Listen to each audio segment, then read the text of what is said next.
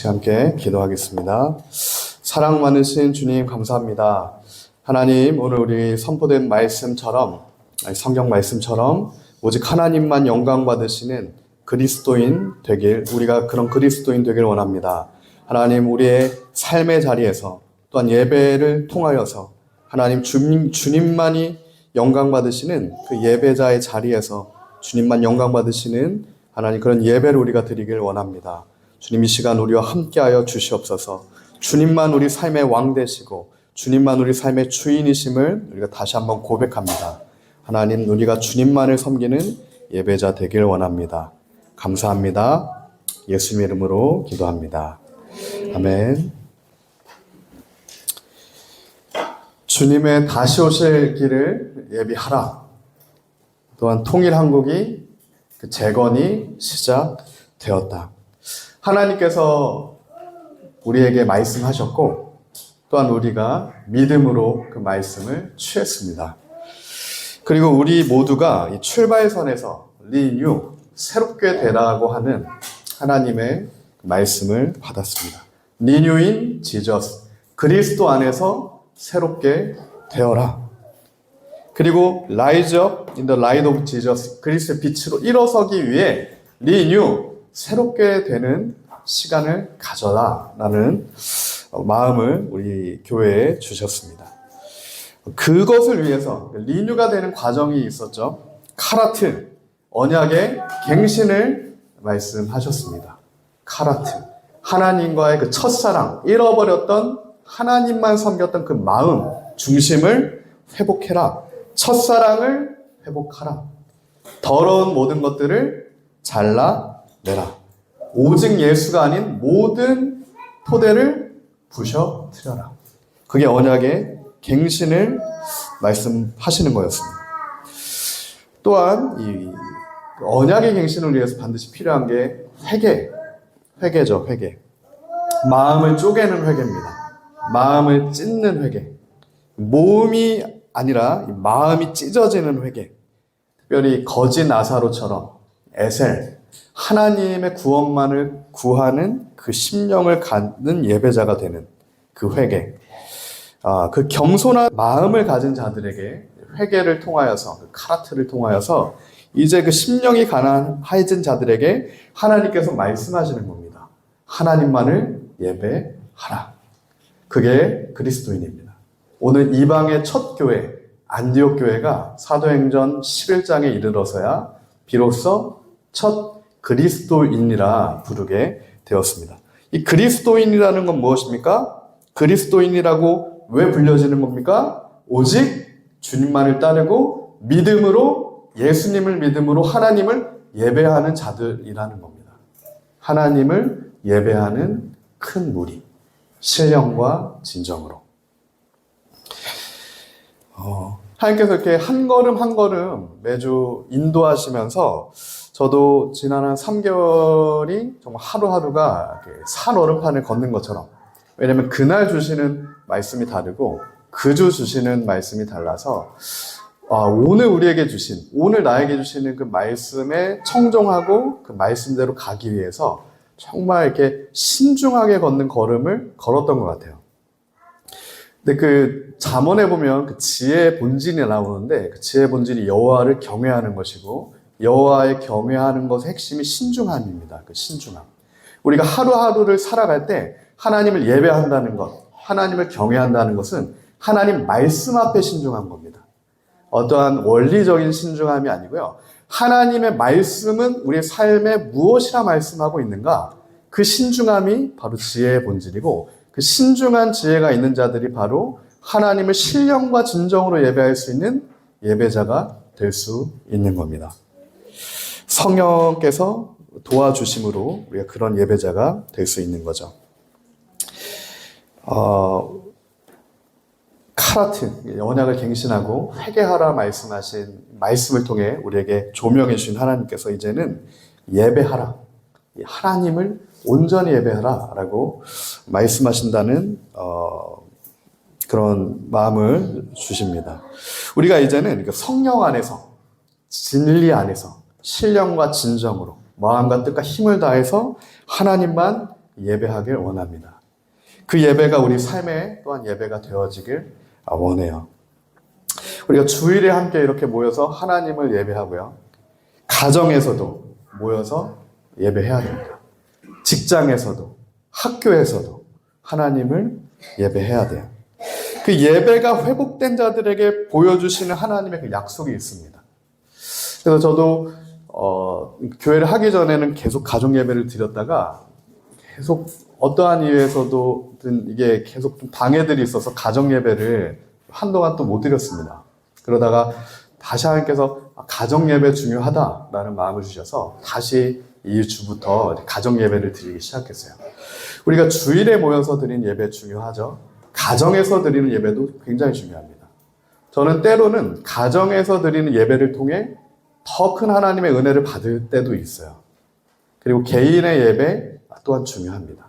나아가서 우리 스쿨처치에 오셨던 나돈 목사님이 설교했던 것처럼 학교에서 드리는 예배, 나아가 직장에서 드리는 예배, 다니엘처럼 하루에 3번은 아니지만 정말 우리가 매일 드리는 삶의 그 자리에서 하나님께 영광 올려드리는 그 예배 회복이 너무나 중요하다는 것이죠.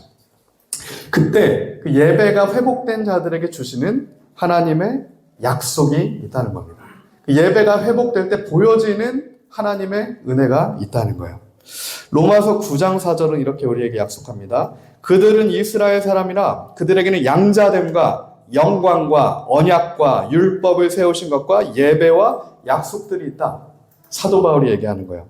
하나님의 선택받은 이스라엘에게 주어졌던 겁니다. 그 양자됨. 근데 이제는 그리스도인인 우리에게 주어진 축복입니다. 예수를 믿는 자에게 주어진 하나님의 놀라운 축복이에요. 양자됨의 은혜가 우리에게 주어진 겁니다. 양자된 그리스도인들에게 이제는 그 영광과 언약과 율법과 예배와 약속이 주어져 있는 거예요.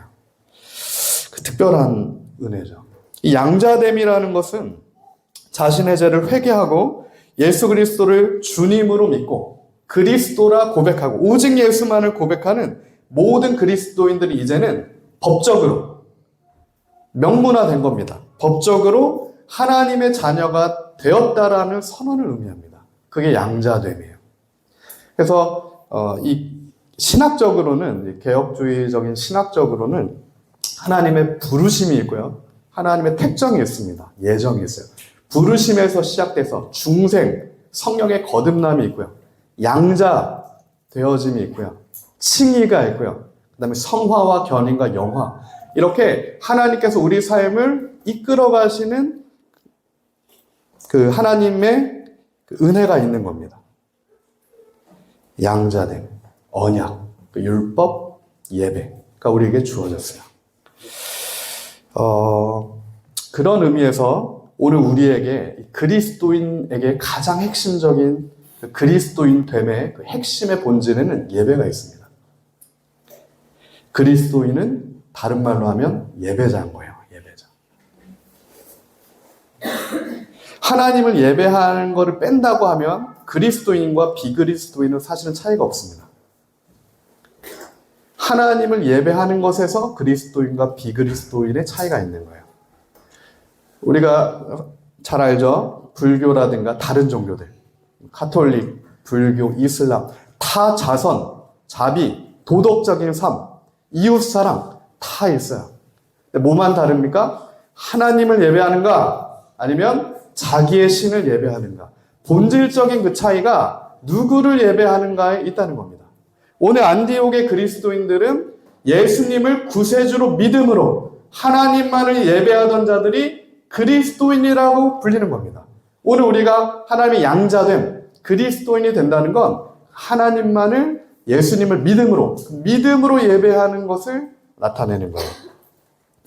11장에 오늘 우리가 선포한 것처럼 성령과 믿음이 충만한 예배자, 그리스도인 바나바를 통해 그 그리스도인 바나바와 대조되는 인물이 오늘 12장의 헤롯이었습니다.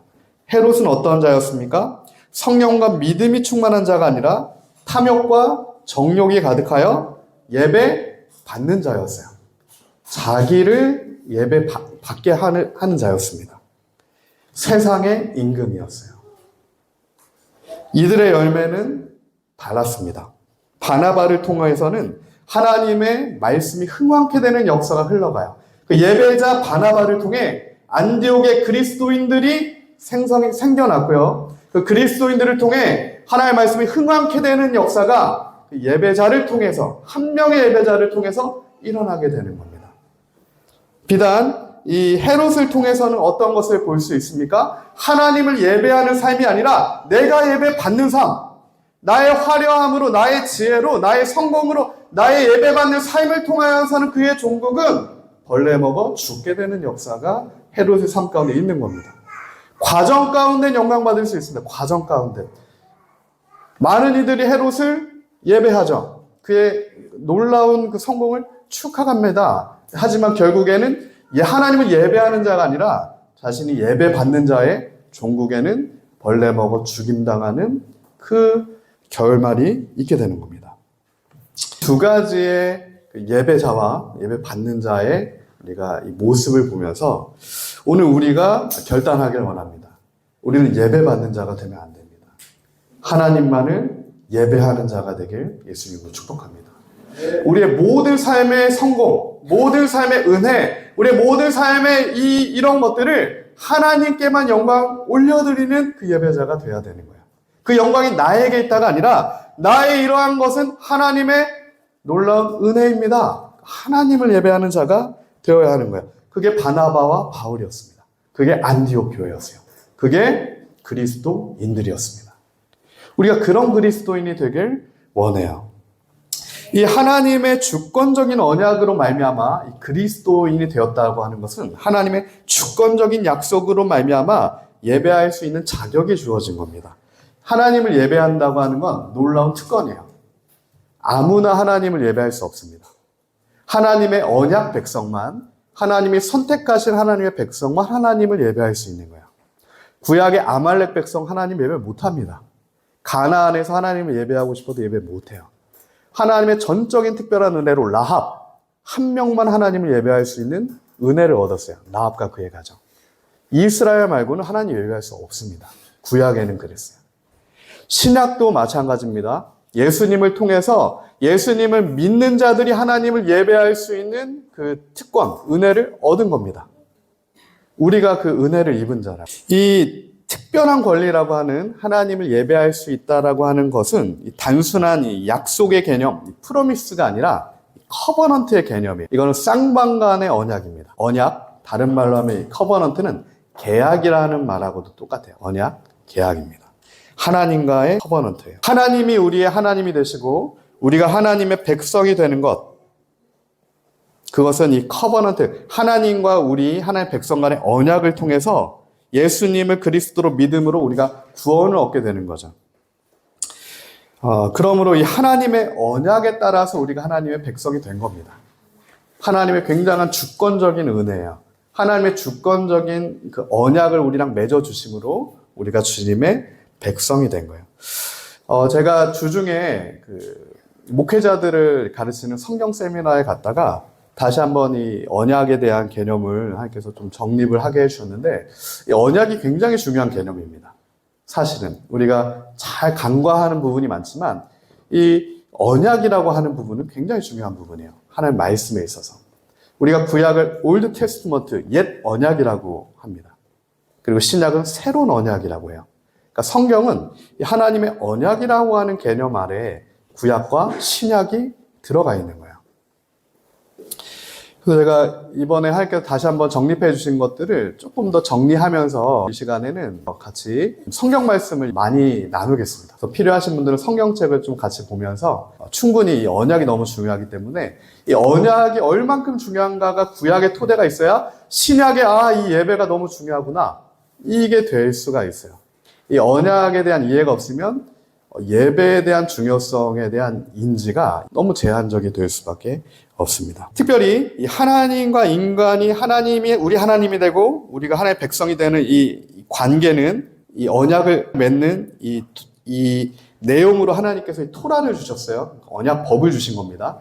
하나님의 법을 매개로 우리가 하나님의 백성이 되는 겁니다. 근데 그 언약을 주신 토라의 그 내용이 계속 갱신되게 되어 있습니다. 언약을 한번 맺었다고 끝이 아니라 해마다 계속해서 이 언약의 갱신이 일어나는 거예요. 근데 구약에는 그 언약의 갱신을 할 수 있는 것이 무엇이었습니까? 하나님께서 언약을 갱신할 수 있게 주셨던 게 뭐예요? 제사입니다. 하나님을 예배하는 거예요. 그러니까 하나님을 예배한다라고 하는 것은 무엇이냐면 우리를 주님의 백성 삼으신 하나님의 그 언약이 계속돼서 갱신되는 겁니다. 그러므로 다르게 얘기하면 우리 삶의 예배가 끊긴다고 하는 것은 하나님과 우리가 맺은 그 언약이 갱신이 안 된다는 것을 의미하기도 해요. 그래서 중국의 지하교회들, 북한의 지하교회들, 무슬림 땅의 그리스도인들, 아무리 핍박이 있어도 로마의 카타콤의 그리스도인들, 아무리 핍박이 있어도 하나님을 예배하는 겁니다. 지하에서, 숨어서 예배하는 거라고요. 안 할 수도 있죠. 누군가는 그렇게 생각할 수도 있어요. 아, 이렇게 목숨 내놓고 어떻게 예배할 수 있냐? 어떻게 이렇게 목숨까지 내놓고 예배를 할 수 있어? 그냥 내가 눈 감고 하나님을 생각하고 난 그리스도인이라고 있으면 되지. 근데 그게 아니라는 겁니다. 그렇기 때문에 우리 신앙의 선진들이 지금도 수많은 전 세계 핍박받는 그리스도인들이 숨어서도 하나님을 예배하는 거예요. 그만큼 예배는 그리스도인의 생명과 직결되어 있는 문제라는 겁니다. 가볍게 볼 수 없다는 거예요. 우리가 이 시대의 풍조를 따라서 그렇게 가볍게 생각할 수 없는 게 언약 백성인 우리가 하나님을 예배하는 겁니다. 이 구약의 제사는, 신약의 예배는 하나님의 백성임을 갱신하는 것입니다. 그래서 우리가 제물 대신 예수 그리스도를 의지해서, 신약의 예배는 제물 대신 예수 그리스도를 의지해서 이 지성소로 나아가 하나님을 만나게 되는 거죠. 지성소로 나아가 하나님을 경배하게 되는 거예요. 근데 예수님이 뭐라고 하셨습니까? 신약에 뭐라고 되어 있어요? 그 지성소가 구약에는 성막이었죠. 성막 안에 뜰을 지나 성소를 지나 지성소로 들어가는 거였는데, 이제는 하나님이, 주님의 성령이 우리 마음에 좌정하시기 때문에 하나님을 만나는 예배 장소, 지성소가 어디란 얘기입니까? 우리 마음이란 얘기예요. 그래서 신령과 진정으로 하나님께 예배 드리라는 로마서의 요구가 있는 겁니다. 신령과 진정. 하나님이 우리 마음에 좌정해 계시기 때문에 우리가 이 마음을 다해서 하나님께 예배함으로 하나님을 만나는 거라고요. 우리가 지성소에 마음의 문으로 들어가는 겁니다. 하나님의 말씀, 예수 그리스도를 믿음으로 마음으로 하나님을 만나야 돼요. 신령으로, 진정으로 하나님을 경배해야 되는 겁니다. 그러므로 우리 하나님의 주권적인 이 언약 안에서 예수 그리스도를 믿게 되었고, 예수 그리스도를 믿는 자들은 성령 하나님이 임하시는 그리스도의 성전이 되었습니다. 그래서 이제는 신령과 진정으로 마음과 뜻과 힘을 다해 하나님을 사랑함으로 마음으로 하나님께 예배드리는 예배자, 곧 그리스도인이 우리가 된 겁니다. 그게 안디옥의 그리스도인들이었어요. 바나바, 믿음이 성령이 충만한 예배자 바나바를 통해 하나님께서 안디옥 교회의 예배자들을 일으키셨습니다. 그러므로 이 그리스도인은 다른 얘기로 하면 예배자고, 예배자는 하나님의 언약 안에 있는 자입니다. 언약 안에 있는 자예요. 그러므로 우리가 진짜 그리스도인이 되기 위해서, 시대가 요구하는 그리스도인의 도덕적 모델이 아니라 진짜 크리스찬이 되기 위해선 참된 예배자가 먼저 되어야 합니다. 그리고 참된 예배자가 되기 위해선 하나님의 그 사랑, 그 사랑의 언약을 깨달아야 합니다. 오늘 우리가 참된 예배자, 참된 그리스도인이 되기 위하여서 이 시간 하나님의 그 사랑의 언약이 깨달아지는 시간이 되길 예수님으로 축복합니다. 그 하나님의 사랑은 하나님의 언약 안에 들어있는 거예요. 그 언약을 깨닫지 못한 자는 하나님의 사랑도 깨달을 수 없습니다. 이 사랑은 단순히 감정이 아니에요. 하나님의 약속 안에 들어있는 죽음을 이기는 사랑입니다. 아들을 내어주신 사랑의 맹약이에요. 우선 우리가 이 언약과 예배에 대한 것을 더 좀 본론적으로 보기 위해서는 이 언약에 대한 정의를 좀 이해할 필요가 있습니다. 이 언약에 대한 정의를 이해할 필요가 있는데, 이 히브리어로는 이 언약을 베리트라는 단어를 써요. 이 베리트라는 단어는 뭐냐면 이 바라라는 히브리어와 카라트라는 히브리어의 합성어인데, 이 바라라고 하는 단어는 두 가지 의미가 있어요. 첫 번째는 선택하다라는 뜻이 있습니다. 선택하다. 두 번째 의미는 고기라는 뜻도 있는데 선택하다라는 뜻이 더 커요.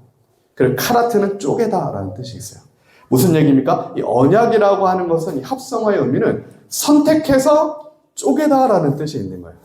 하나님의 주권을 나타냅니다. 하나님이 주권적으로 선택하셔서 쪼개시는, 잘라내시는. 그게 베리트, 언약의 의미예요. 아브라함, 창세기 15장에 보면 하나님께서 아브라함과 언약을 맺습니다. 아브라함 언약이라고 하는데 아브라함과 언약을 맺을 때 어떻게 하십니까? 고기를 둘로 반으로 쪼개죠. 그 사이를 하나님의 불이 지나갑니다. 고기를 쪼개서 아브라함을 선택하셔서 고기를 쪼개서 그것을 가르시는 거예요. 부정한 것들을 다 제거하시고 하나님의 백성이 되는 언약을 맺게 되는 겁니다.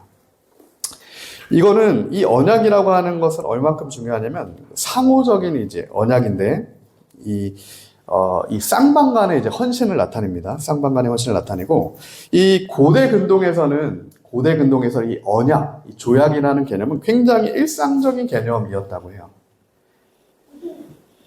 특별히 결혼이라든가 양자를 입양할 때라든가 왕과 신하의 주종관계 이 세 가지입니다. 결혼, 양자 입양, 주종관계를 할 때 반드시 언약을 맺고 그것을 갱신해야 되는 법이 고대 근동의 법이었어요. 그래서 해마다 이것들을 갱신했습니다. 이 언약의 갱신이라고 하는 이 개념은 하나님만 나의 주님이십니다. 하나님이 나의 왕이십니다라는 선언이자 선포입니다. 그게 갱신이에요. 그게 예배의 근본적인 의미인 겁니다.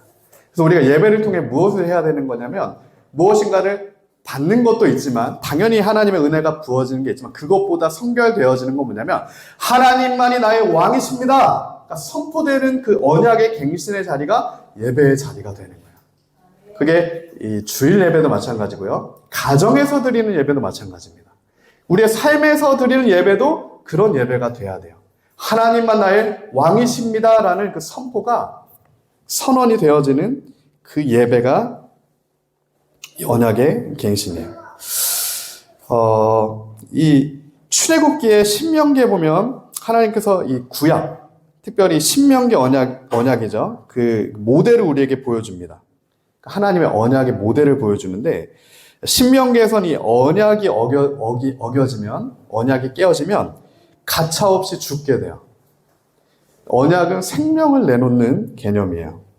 그래서 우리가 이 조약을 맺을 때, 제사를 지낼 때 짐승을 죽이는 의미는 이 조약을 어기면 우리가 짐승처럼 죽게 된다라는 의미로 언약을 맺을 때 짐승이 쪼개지는 겁니다.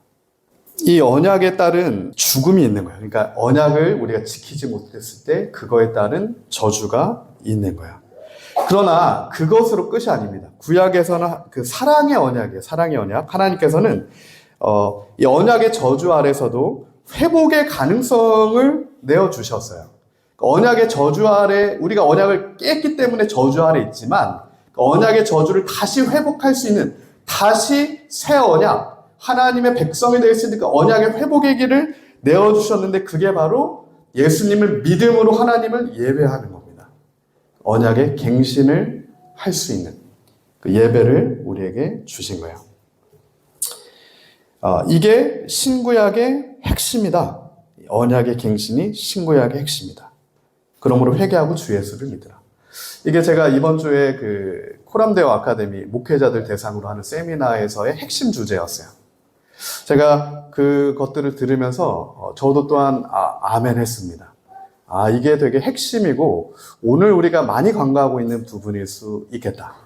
왜냐하면 우리는 예배 드릴 때 목숨을 안 걸어도 됩니다. 북한처럼, 지하교회처럼, 조선시대 후기처럼, 우리 종교개혁의 선배들처럼. 그렇기 때문에 이 가치가 굉장히 많이 훼손되어 있는데 실상은 가장 좀 본질적이고 중요한 기준이라는 얘기죠. 이 하나님께서 이 아브라함 언약을 맺었을 때 이제 고개를 쪼개면서 하나님이 지나가셨는데 아브라함한테 요구하셨던 건 할례를 행하라였어요. 그 포피를 잘라내라. 가죽을 베어내라. 고대 부조에 보면은 이 할례를 행할 때 한 남자가 한 소년을 단단히 붙잡고 있습니다.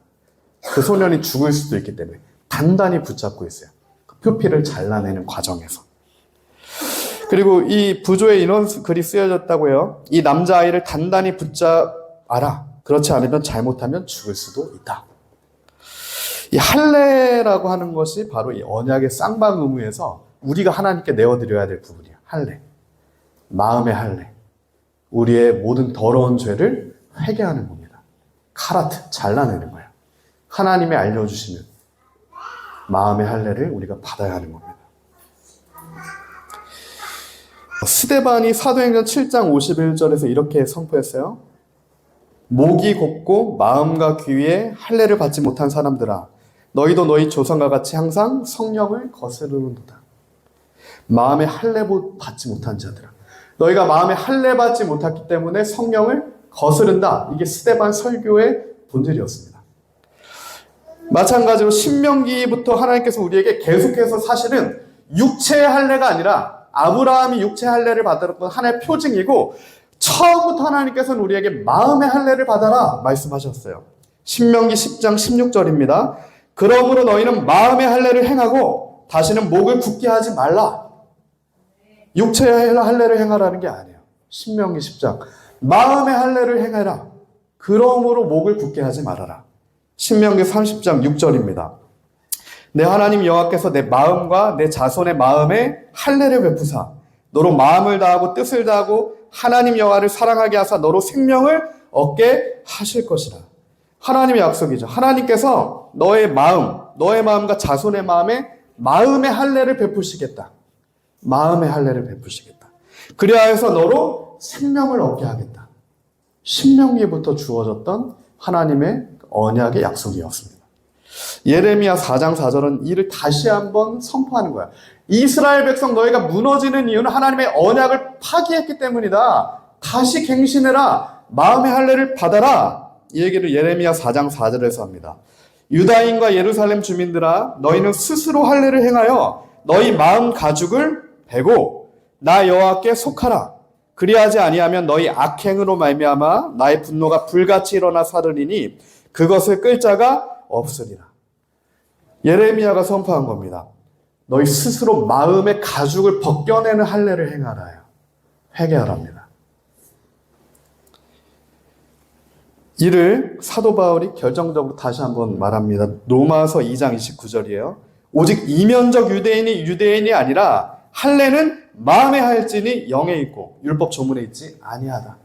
너희가 아무리 그럴듯한 하나님 앞에 포장과 모습이 보여져도 실상 마음에 할례가 되지 않으면 마음으로부터 신령과 진정으로 하게 예배자로 나오게 되는 회개의 지점이 없다면, 모든 우상이 무너지는 그 지점이 없다면, 정말 하나님만 나의 구원이십니다 라고 선언이 되는 그 토대가 없다면 그게 마음의 할례입니다. 그 영에 있다는 거예요. 율법 조문이 아니라는 겁니다. 그게 사도 바울의 선포예요. 오늘 우리가 점검해야 될 부분이 바로 이 부분이에요. 진짜 그리스도인은 마음의 할례를 받은 자입니다. 하나님의 은혜로 말미암아 마음의 할례를 받은 자만 내가 얼마나 가난하고 곤고한지를 깨달아 주님의 구원만을 붙들 수가 있어요. 그 주님의 구원에 손만 의지하는 자가 진짜 예배자입니다. 그게 초대교회 안디옥의 그리스도인이었어요. 유대인들이 날마다 핍박합니다. 예수 믿는다고. 죽임을 당해요. 스데반이. 바나바, 바울 쫓김을 당합니다. 매를 맞아요. 왕 앞에 끌려갑니다. 순교를 당합니다. 그게 마음의 할례를 받아 오직 하나님만 나의 왕으로 선포하는 예배자들이 나아가는 좁은 길입니다. 그 길이에요. 시대가 얘기하는 넓은 길이 아니에요. 좁은 길인 겁니다. 그 시작, 좁은 길의 출발선은 마음의 할례로부터 우리의 신령과 진정으로 하게 예배할 수 있는 심령의 쪼개짐으로부터 시작이 되는 거죠. 이 아브라함한테 할례를 행하라. 그리고 율법을, 그 약속을, 언약을 이제 맺어 주시죠. 너의 자손을 통해서 너의 아브라함의 씨를 통해서, 자손을 통해서 만 백성의 구원을 받게 하겠다는 그 약속이, 그 언약이 주어졌어요.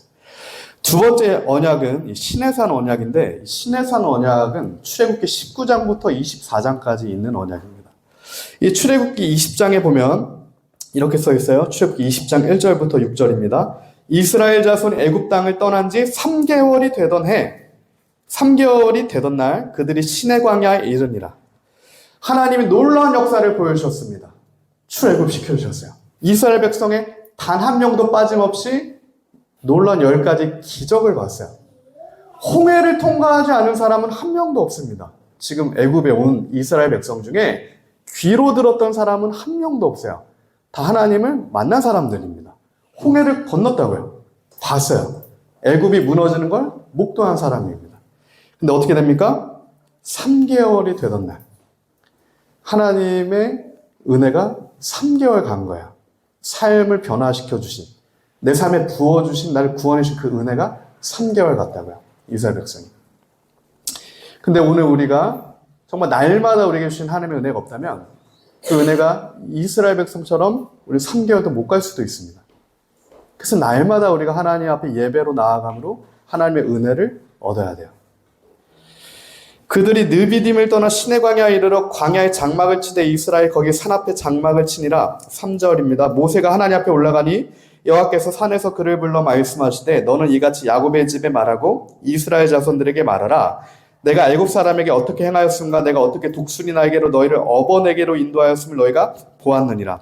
세계가 다 내게 속하였나니 너희가 내 말을 듣고 내 언약을 지키면 너희는 모든 민족 중에서 내 소유가 되겠고. 이 쌍방간의 언약을 하나님이 말씀하신 거예요. 너희가 하나님의 법도, 토라, 내 말을 듣고 그 언약을 지키면, 지키다는 보호하다는 의미입니다. 울타리를 쳐서 샤마우, 보호하다는 의미예요. 하나님의 약속을 보호하면 너희는 모든 민족 중에 나의 소유가 될 것이다. 너희가 내게 대하여 제사장 나라가 되고 거룩한 백성이 되리라. 너는 이 말을 이스라엘 자손에게 전할지니라. 하나님께서 이 이스라엘 백성과 언약을 맺을 때 반드시 이스라엘 백성에게 동의를 구하신 겁니다. 너희가 이것들을 할 수 있겠는가? 3개월째 되던 날 하나님께서 이스라엘 백성의 시내산에서 언약 체결을 말씀하시는 거예요. 출애굽기 32장은 근데 이 모습을 다음과 같이 다시 그 뒷이야기를 우리에게 알려줘요. 모세가 시내산에 올라갑니다. 백성이 모세가 산에서 내려옴이 더딤을 보고, 출애굽기 32장 1절에요. 백성이 아론에게 이르러 말하되 일어나라, 우리를 위하여 우리를 인도할 신을 만들어 달라. 이 모세 곧 우리를 애굽 땅에서 인도하여 낸 사람은 어찌 되었는지 알지 못한다.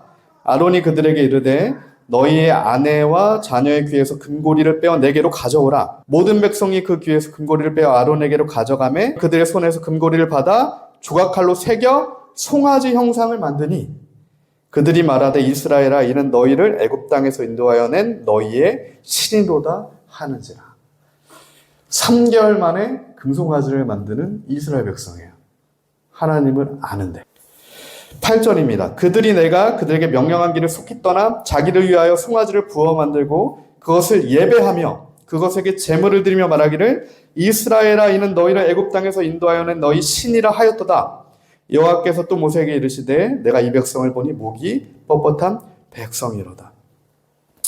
단순히 금송아지를 만든 게 아니에요. 예배하려고 만들었습니다. 이스라엘 백성. 하나님 대신에 우상을 예배하기 위해 금송아지를 만들었어요. 제가 궁금했던 게 있었어요. 저도 마찬가지로 왜 하필 금송아지였을까? 이스라엘 백성이 수많은 형상이 있을 때 왜 금송아지를 만들었을까? 근데 제가 알고 보니까 이 금송아지는 이집트에서 섬기던 신입니다. 이집트의 이 아피스 신이에요. 아피스 신. 이 풍요의 신입니다. 그래서 가나안의 바알이 황소의 모습을 해요. 제우스도 이 하얀색 암소의 모습을 하고 나타납니다. 이 신화들에 보면은. 그러니까 이 황소라는 것은 결국 이 사탄의 형상이에요. 그러니까 이 바알볼의 형상이고요. 그리고 이집트의 그 아피스 신, 그게 이제 이시스라고도 하는 신인데 풍요의 신입니다. 재물의 신이에요. 생명을 주관하는 신인 겁니다. 모든 것을 관장하는 신인 거예요.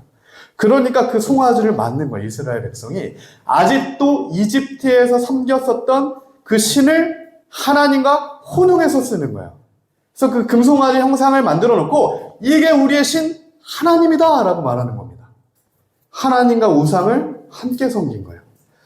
이것을 우리가 어디서 볼 수 있냐면 열왕기에서에 보면 여로보암이 베델과 단에 신상을 만듭니다. 금송아지 신상을 만들어요.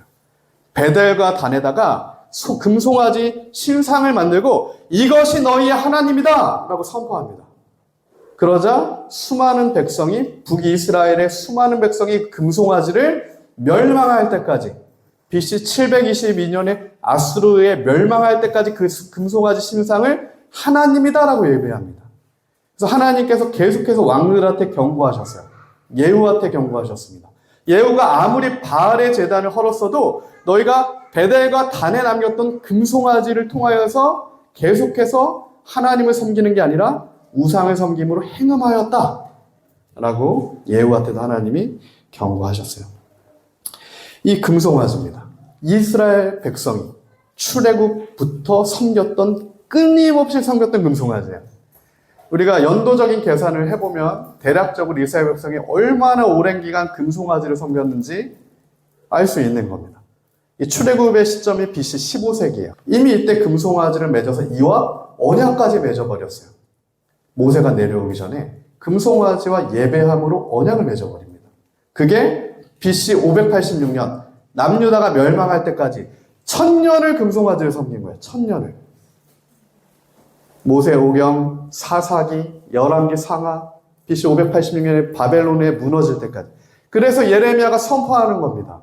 너희가 하나님과 바알을 함께 섬겼다. 너희가 하나님만 섬긴 게 아니라 오직 예수님만 붙든 게 아니라 너희가 만들어낸 신과 하나님을 섬긴 게 너희의 올무가 되었고 그 혼합된 예배와 변질된 제사가 너희 마음에 할례받지 않으면서 나왔던 그 모든 게 우리가 멸망할 수밖에 없는 이유다. 그러므로 그 지점부터 회개하라. 이 선포입니다. 그 지점부터 회개하라. 에스겔이 얘기한 선포야. 그날에 너희가 모든 것이 다 무너졌을 때 그날에 이제 하나님께서 여호와의 성령이 우리에게 보내진 바 되면 이제 우리가 마음의 할례가 일어나서 새 영과 새 마음이 부어져서 우리가 이제는 신령과 진정으로 하나님을 예배할 수 있는 예배자가 될 거야. 그게 에스겔 31장에서 우리에게 선포하고 약속했던 그 새 언약에 대한 예언이었죠. 예레미야죠. 예레미야 동일하게. 하나님께서는 그렇기 때문에 계속해서 이 언약을 그렇게 중요하게 말씀하셨던 거예요. 출애굽기 34장 12절입니다. 너는 스스로 삼가 내가 들어가는 땅의 주민과 언약을 세우지 말라. 그것이 너희에게 올무가 될까 하노라. 그러니까 하나님이 아닌 것과 언약을 세우는 건 반드시 올무가 됩니다. 반드시 올무가 돼요. 가나안에서도 하나님이 말씀하시지 않아서 가나안 주민과 언약을 맺었죠. 이스라엘 백성이. 속아서 언약을 맺습니다. 거지인 척하니까 먼 땅에서부터 거지인 척하고 와서 하나님은 점멸해라 말씀하셨는데 그들과 언약을 맺습니다. 상호간에. 맺으니까 어떻게 돼요? 못 죽입니다. 그래서 결국 어떻게 됐어요? 그게 올무가 돼서 그들의 신을 이스라엘이 사사기 동안 받아들이게 돼버려요. 그렇게 들어왔던 조금의 문이 열린 그 올무가 처음엔 작아 보였지만 결국 생명을 잃게 만드는 올무가 되어버린 겁니다. 그게 누룩이에요. 그 누룩을 우리 삶에서 하나님께서 제거하라 말씀하시는 겁니다. 예배자는 거기서부터 시작이 돼요. 하나님만 예배한다는 것은 모든 점과 같은 누룩일지라도 제거하는 토대에서부터 시작이 되는 겁니다. 그래서 하나님께서 이 하나님과 언약을 맺었던 이스라엘 백성이기 때문에 이스라엘이 언약을 파기한 겁니다. 바알과 언약을 맺은 것, 금송아지 언약을 맺은 것. 그래서 하나님께서 모세한테 말씀하셨죠. 내가 이 백성을 이제는 점멸하겠다. 내가 너를 통해 내가 다시 민족을 만들겠다. 그때 모세가 생명 다해 간구합니다. 이 민족을 구원해 주십시오. 내 목숨을 가져가시오. 하나님 그 약속을 들으셨어요. 그래서 전멸시키지 않습니다. 대신에 바알과 금송아지와 언약을 맺었던 이스라엘 1세대가 하나님의 약속의 땅에 못 들어갑니다.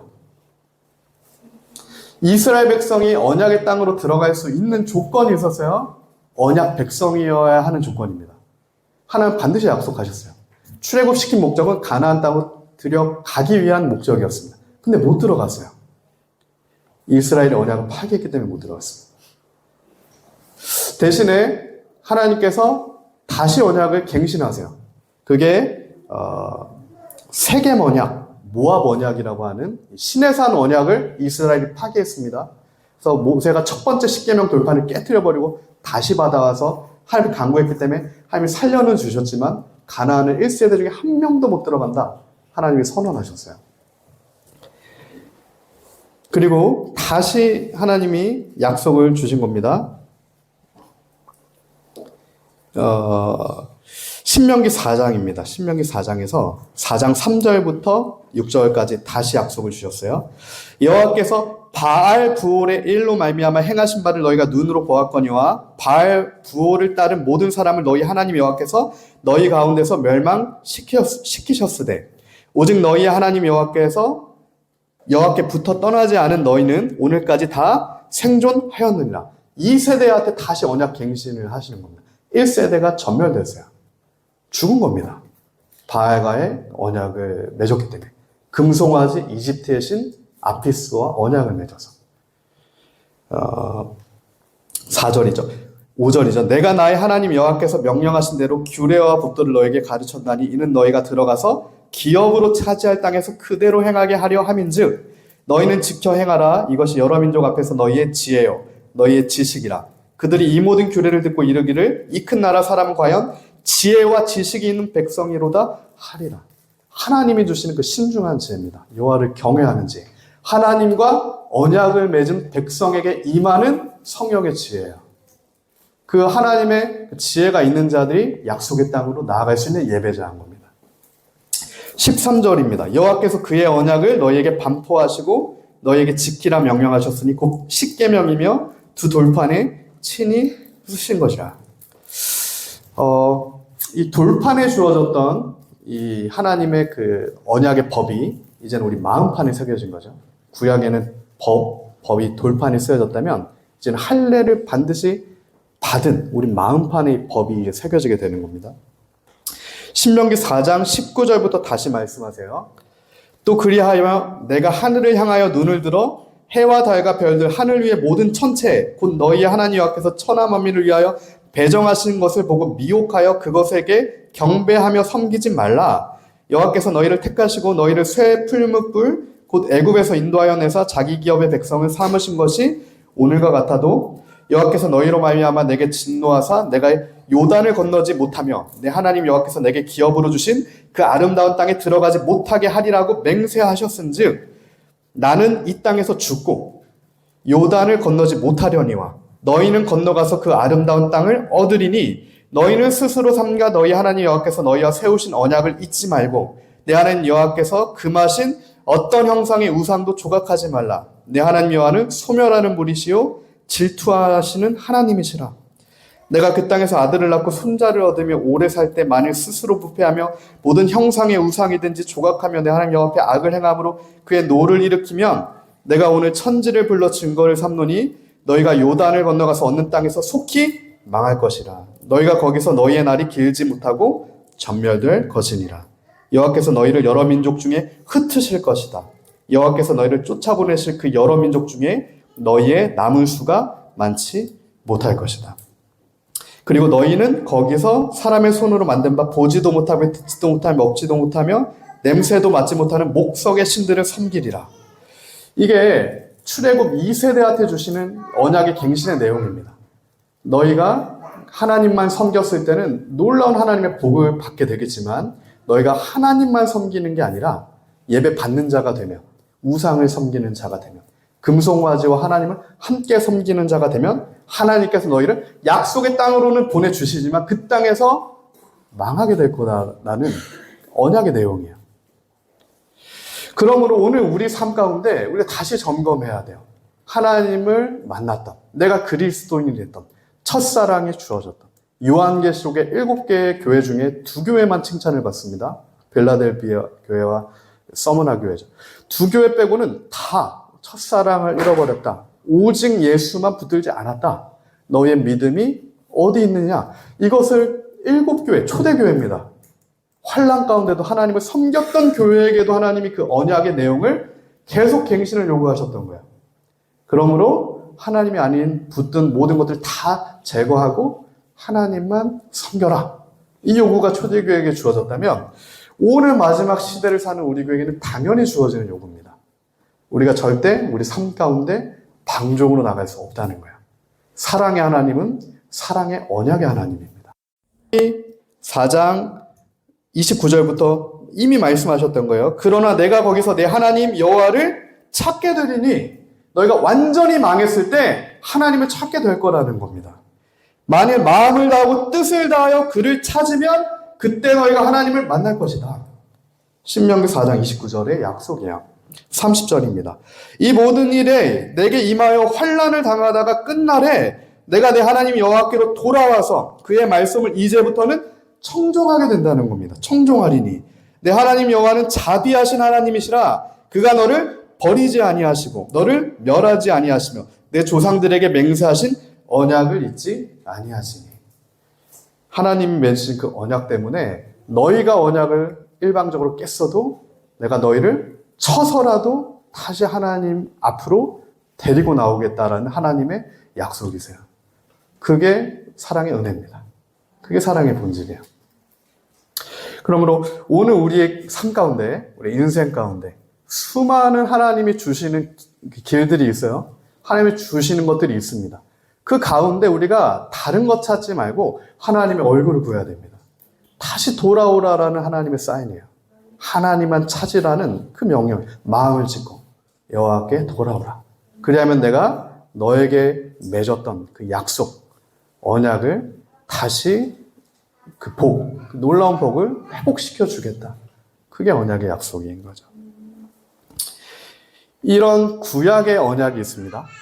특별히 이 노아와 다윗에게도 하나님이 약속을 하셨는데 이건 프로미스, 약속의 개념이고요. 쌍방간의 언약은 이 신에서 아브라함과 신의 산에서 맺은 언약과 2세대한테 맺은 세겜 언약, 세 개가 쌍방간에 맺어진 언약이에요. 구약에서는. 그리고 신약에서는 유일한 언약이 새 언약입니다. 이 구약의 모든 언약이 완성되는 새로운 언약, 예수 그리스도의 언약입니다. 이게 새 언약이에요. 우리는 이제 새로운 언약의 법의 구속을 받습니다.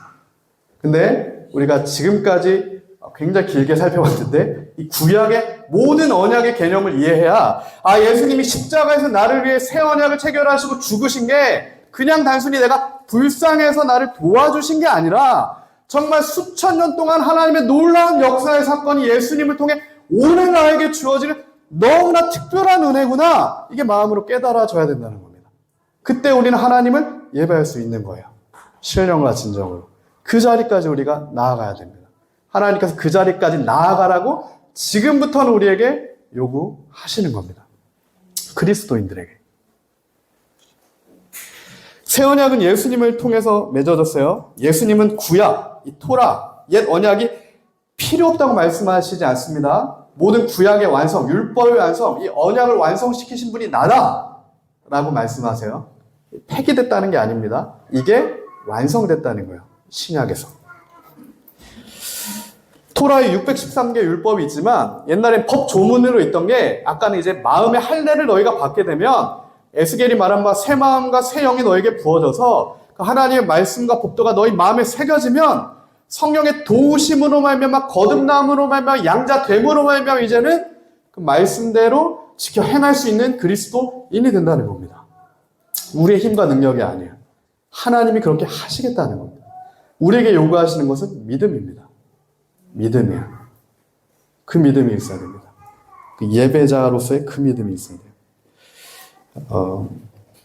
신명기 30장 6절의 약속이에요. 우리 아까도 살펴봤던 마음의 할례를 행하겠다라는 약속이죠. 성령의 거듭남을 약속하신 겁니다. 성령으로 거듭나게 될 것을.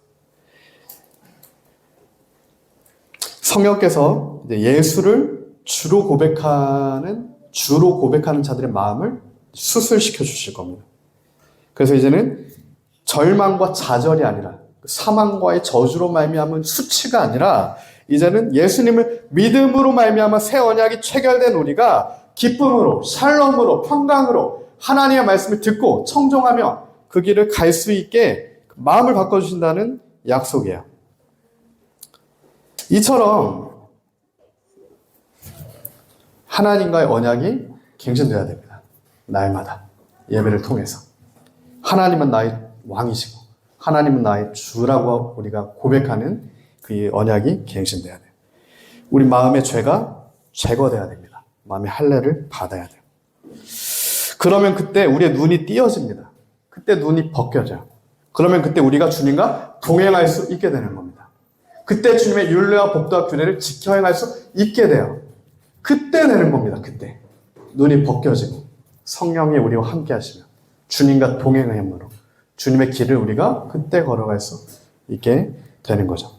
그 자가 예배자입니다. 그 자가 그리스도인이에요. 열왕기하 10장 29절이죠. 이스라엘에게 범죄하게 한 느밧의 아들 여로보암의 죄, 곧 베델과 단에 있는 금송아지를 섬기는 죄에서 이스라엘 백성이 떠나지는 아니하였더라. 그러니까 이 계속한 이 올무를 구약 내내 하나님께 말씀하신 거고요.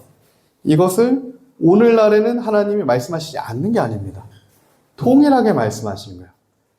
이스라엘 백성은 한 번도 하나님을 떠난 적이 없습니다. 이세벨이 정권 잡았을 때 잠깐 하나님을 그래도 완전히 떠나진 않았죠. 남겨진 자들이 있었으니까. 근데 전체적으로 보면 사실은 이스라엘 백성 하나님을 떠난 적이 없어요.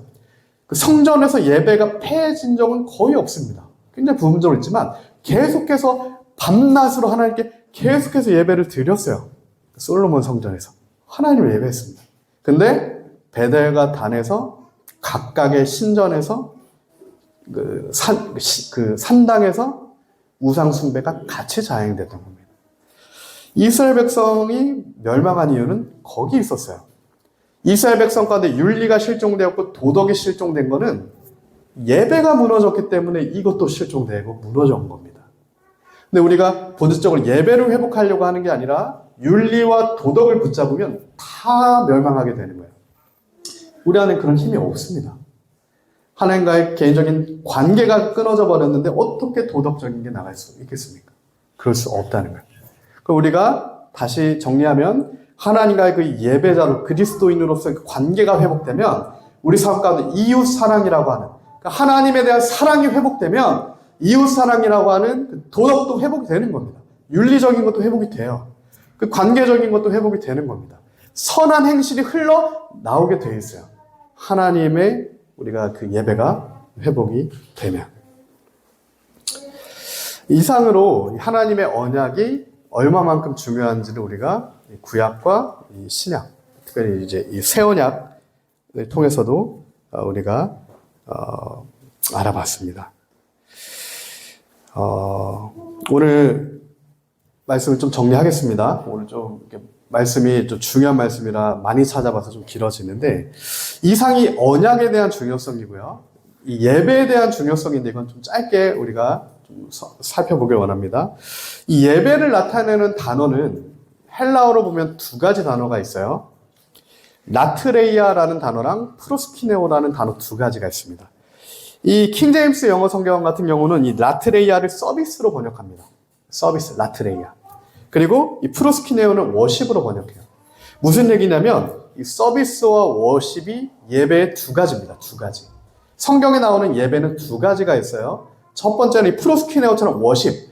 무릎 꿇고 하나님만이 나의 왕이십니다. 이렇게 주일 예배, 가정 예배, 간구, 기도 이렇게 무릎 꿇는 예배로서 예배가 있어요. 플러스 이 예배자는 이 삶을 통해서도 이 서비스는 섬김으로 나타납니다. 사역이란 뜻이에요. 섬김이란 뜻입니다. 봉사와 헌신이란 뜻이에요. 이게 라트레이아인데 이게 로마서 12장 1절에 이렇게 쓰이는 구절이요. 그러므로 형제들아 내가 하나님의 모든 자비하심으로 너희를 권하노니 너희 몸을 하나님이 기뻐하시는 거룩한 산제사로 드려라. 이는 너희가 드릴 영적 예배니라. 이때 라트레이아가 쓰여지는 거예요. 이거는 워십은 아닙니다. 근데 워십을 하는 자들에게 요구되어지는 또 하나의 예배예요. 진짜 예배는 프로스키네오는 마태복음 2장 2절에 동방 박사들이 예배한 거예요. 유대인의 왕으로 나신 이가 어디 있냐? 우리가 동방에서 그 예배를 보고 그에게 경배하러 왔노라. 그 경배, 하나님만 나의 왕이십니다. 그 경배가 이 프로스키네오 워십입니다. 워십. 근데 프로스키네오 워십이 되는 자들에게 요구되어지는 노마서에 거룩한 또 예배, 삶으로서의 예배도 있어요. 이게 라트레이아입니다. 그럼 우리 삶 가운데 우리가 이 두 가지가 다 회복이 되어야 해요. 두 가지가 회복이 돼야 됩니다. 근데 둘 중에 뭐가 더 본질이냐라고 하면 워십, 프로스키네오가 더 본질입니다. 토대예요. 하나님을 경배하는 자들이 라트레이아, 섬김도 할 수 있는 거예요. 근데 이 순서가 바뀌면 아무것도 안 됩니다. 해로처럼 될 수 있는 거예요.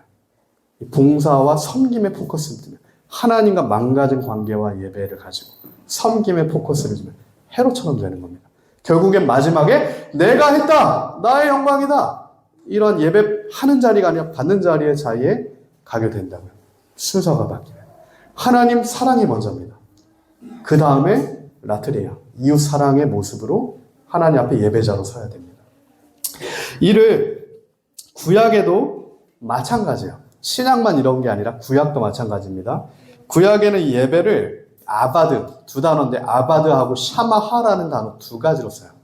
아바드와 샤마하라는 단어인데 이 아바드라는 단어는 종이 주인을 섬기는 것처럼 예배자가 그 하나님을 주인으로 섬긴다는 뜻입니다. 이 아바드예요. 하나님의 계명에 대한 순종과 헌신이 아바드로서의 예배예요. 결국 이 아바드라고는 이웃 사랑의 모습이겠죠. 계명을 지키는 이웃 사랑. 이게 아바드로서의 예배입니다. 근데 이 아바드도 더 본질적으로 샤하라고 하는 하나님께 무릎 꿇고 엎드린다라고 하는 그 워십으로서의 예배가 있어요. 이게 아까 그 프로스키네와 같은 거죠. 구약에 보면 샤하, 경배하다, 무릎 꿇다는 단어입니다. 이게 되는 자가 아바드, 종으로서 사명을 맡은 자로서 이웃을 하나님의 계명대로 사랑할 수 있게 되는 예배도 드릴 수 있는 겁니다. 근데 오늘날에 이게 많이 혼용되고 이 토대가 망가져 있기 때문에 먼저 뭘 붙드냐면 눈에 보이는 걸 붙들어요. 거짓 평화를 붙듭니다. 그래서 소위 WCC, WEA, 노장 다 이 토대가 망가진 겁니다. 사람을 붙드는 거라고요. 헤롯의 예배예요. 금송아지를 섬기는 겁니다. 이스라엘 1세대가 행했던 잘못된 올무의 언약을 맺는 게 지금 WCW의 노장과 같은 혼합주의예요. 하나님의 사람들이 아닌 게 아닙니다. 1세대처럼 하나님을 아는 자들이 금송아지를 함께 섞어버리는 그 예배, 그 변질된 깨어진 예배를 드리고 있는 게 오늘날도 동일하게 벌어지고 있는 거예요. 그러니까 하나님께서 예배자들한테 언약 백성에게 요구하신 진짜 예배는 그 금송아지의 단을 다 헐어버리고 정말 그 샤하, 프로스키네오, 하나님 앞에 엎드리고 경배하고 하나님만 섬기는 것에서부터 시작하라는 겁니다. 그 회개의 예배로부터 시작되어서 이제는 라트레이아 또는 아바드, 이웃을 진짜 섬길 수 있는 그 삶의 예배의 자리로도 나아갈 수 있다. 그것을 하나님의 성령이 우리에게 임하심으로 성령께서 우리 마음에 새 계명을 새겨주심으로 내가 너를 통해 행하겠다. 그게 하나님의 언약의 약속인 거예요. 그게 언약과 예배입니다. 예수님이 이 땅에 오신 이후 우리를 구원하러 오셨습니다. 예수님은 또한 우리의 망가진 예배를 회복하러 오셨어요. 이제 우리가 그 예수님을 통해 성소의 휘장이 찢어진 것처럼 예수님이 찢어지셨기 때문에 제물로 쪼개지셨기 때문에 우리가 예수님의 보혈을 의지해서 거룩함을 입고 제물 대신 예수님을 통하여서 예수님을 믿음으로 하나님 앞에 나아갈 수 있게 된다는 거죠. 예수님을 통해서 믿는 자는 하나님 앞에 나아갈 수 있는 겁니다. 그리고 성령 하나님의 통치하심으로 말미암아 신령과 진정으로, 영어 성경에 보면 in spirit입니다. in spirit, in truth예요. 성령 안에서요. 성령 안에서, 진리 안에서 하나님은 예배할 수 있게 된다. 이게 오늘 우리에게 주신 약속입니다.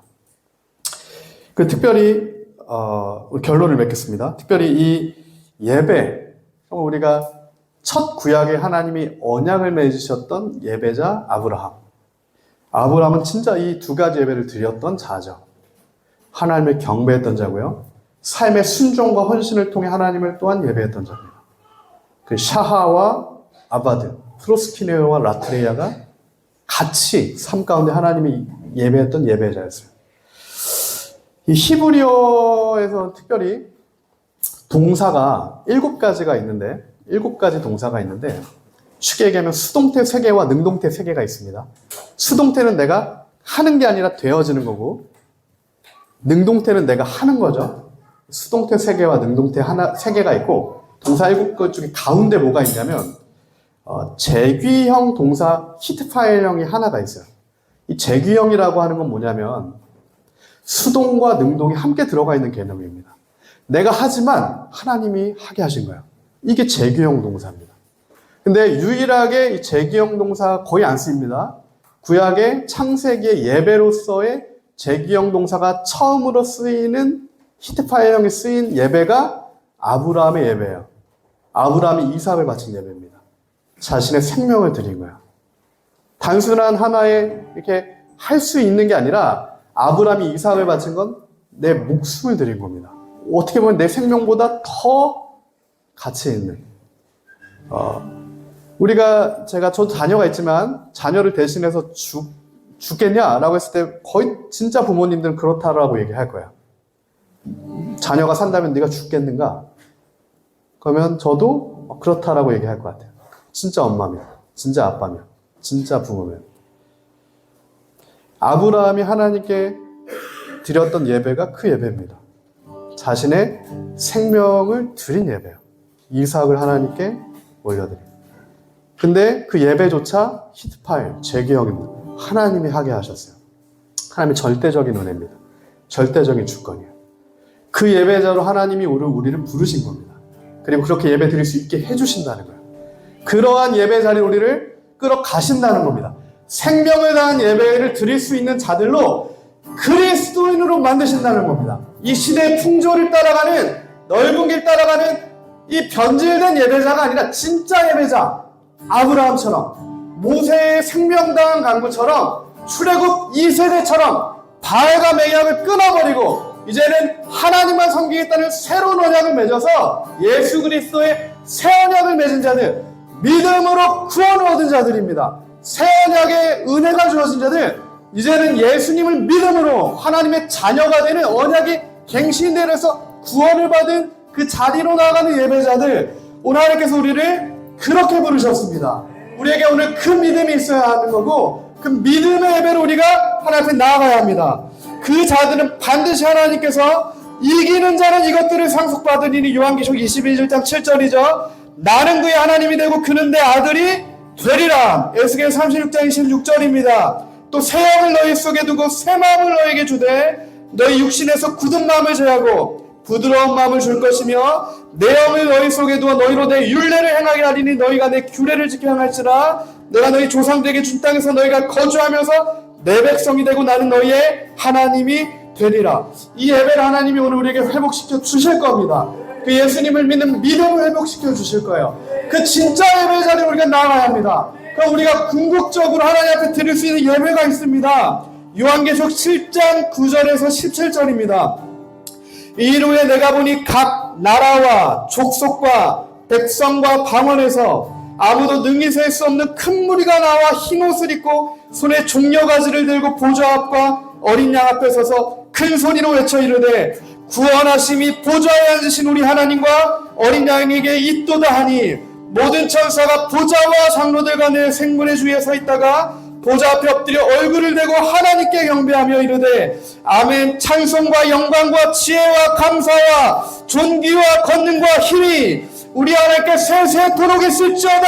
아멘 하더라. 하나님, 우리가 그 예배를 드리게 원합니다. 모든 감사와 영광과 찬송과 존귀가 우리 주 하나님께 있습니다. 하나님, 우리가 흰옷 입은 무리가 되어 예수의 보혈로 우리의 죄를 빨고 하나님 그 예배를 드릴 수 있는 예배 자리에 나가길 원합니다. 시간께 기도를 해봅시다.